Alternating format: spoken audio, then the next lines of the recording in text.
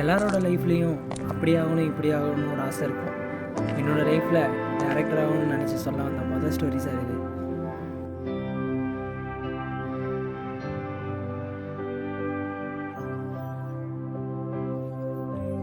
இப்போ உங்கள் கதையை சொல்லுங்கள்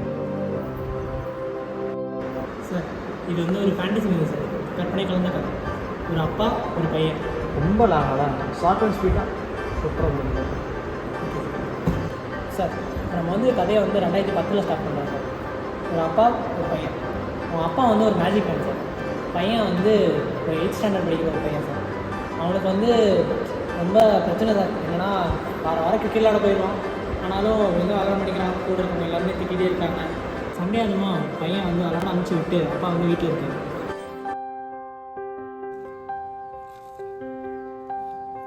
என்ன தம்பி சோகமாக இருக்கு? இன்னைக்கு ஞாயிற்றுக்கிழமை விளையாட போகலையா?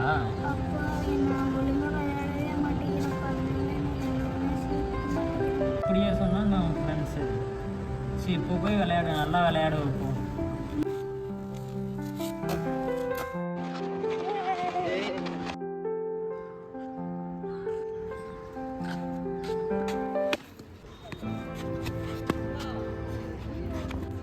இந்த பாலையாச்சும் புடியேண்டா.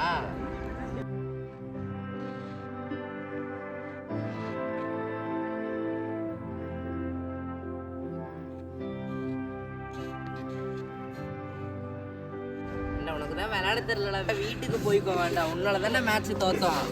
பாத்தியாடா, நீங்க ஆடவே தெரியல, உன்னாலதான் மேட்சே தோத்தோம். பாத்தியாடா, நீங்க ஆடவே தெரியல, உன்னாலதான் மேட்சே தோத்தோம். ஏன்டா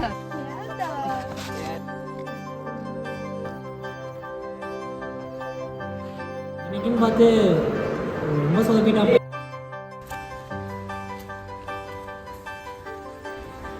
என்ன தம்பி என்னாச்சு?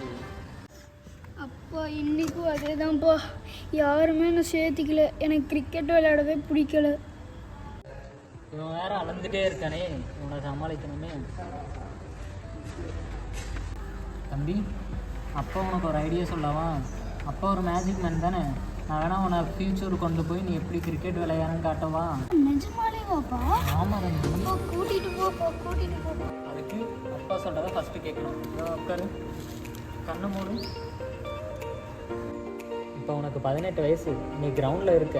நீ எப்படி விளையாடுறன்னு மட்டும் பாரு. இப்போ நினச்ச மாதிரியே அந்த பையனை அவங்க அப்பா ஃபியூச்சருக்கு கூப்பிட்டு போனார் சார்.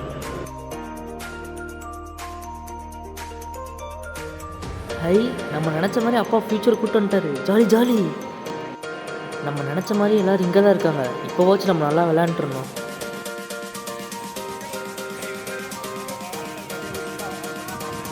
போய் ஒழுங்காக விளையாண்டானா?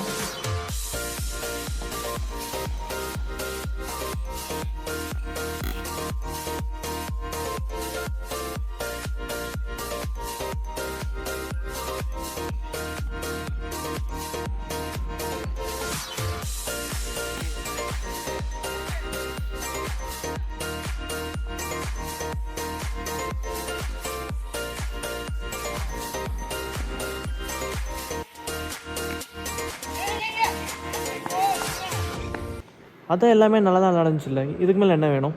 அங்கே தான் சார் ஒரு சின்ன தப்பு நடந்துருச்சு. அந்த பையன் சின்ன பையங்கிறத மறந்து அவங்க அப்பா அவனை ஃபியூச்சருக்கு அனுப்பிச்சி விட்டார். அந்த இடத்துல அவன் பார்க்கக்கூடாத சில விஷயங்களை பார்த்துட்டான்.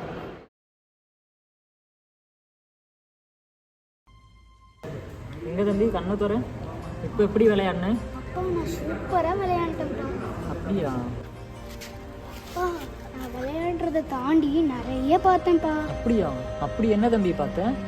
அப்பா அங்கே நிறைய பேர் ஏதோ வாயில் வச்சு அதுக்கப்புறமா விளையாடுறாங்க. என்னன்னு கேட்டால் அதை வச்சாதான் நல்லா விளையாட முடியும் அப்படின்னு சொல்கிறாங்கப்பா. அப்படியா சொன்னாங்க? அப்பா கண்ணாடி பாட்டிலில் நடு கிரவுண்டில் வச்சு ஏதோ குடிச்சிட்டு இருந்தாங்கப்பா. அதெல்லாம் கிரவுண்டில் பண்ணுறது தப்பு தானேப்பா? ஆமாம் தம்பி.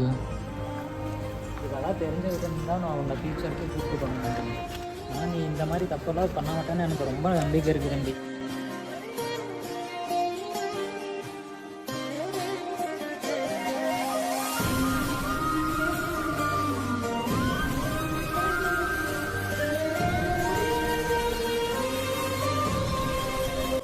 கடைசியில் அந்த பையன் நல்லா விளையாடுறதாங்க தாண்டி கிரவுண்டில் ஃப்யூச்சரில் இப்படிலாம் நடக்க போகுதுங்கிறது தெரிஞ்சுட்டா சார். இதோட ஸ்டோரியை முடிக்கிறோம். இந்த கதையிலேருந்து என்னப்பா பெருசாக தெரிஞ்சுக்க போகிறாங்க? நல்ல கதையாக இருந்தால் சொல்லுப்பா. சார் நம்ம பசங்க எதுக்குமே முன்னெச்சரிக்கையாக இருக்கணும்னு நினைக்கவே மாட்டாங்க. ஒரு விஷயம் நடந்ததுக்கப்புறம் அதுக்கான ஸ்டெப் எடுக்கலாம்னு தான் நினைப்பாங்க.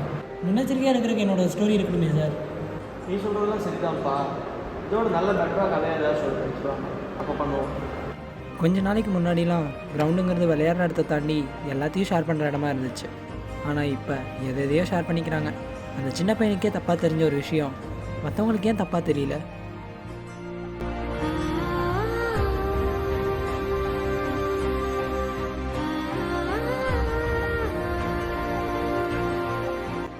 நான் எல்லாரையும் தப்பாக சொல்லலைங்க.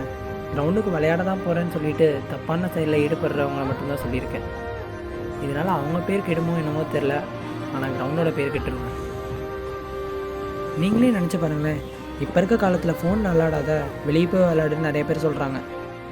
இந்த மாதிரி தப்பான விஷயம்லாம் நடந்துச்சுன்னா இனிமேல் கிரவுண்டுக்கே போகாதுன்னு சொல்லிடுவாங்கன்னு ரொம்ப பயமாக இருக்குது. இன்னும் கொஞ்ச நாளில் கிரவுண்டில் விளையாடுறத விட இந்த மாதிரி விஷயம்தான் நடக்கும் போல். Be safe.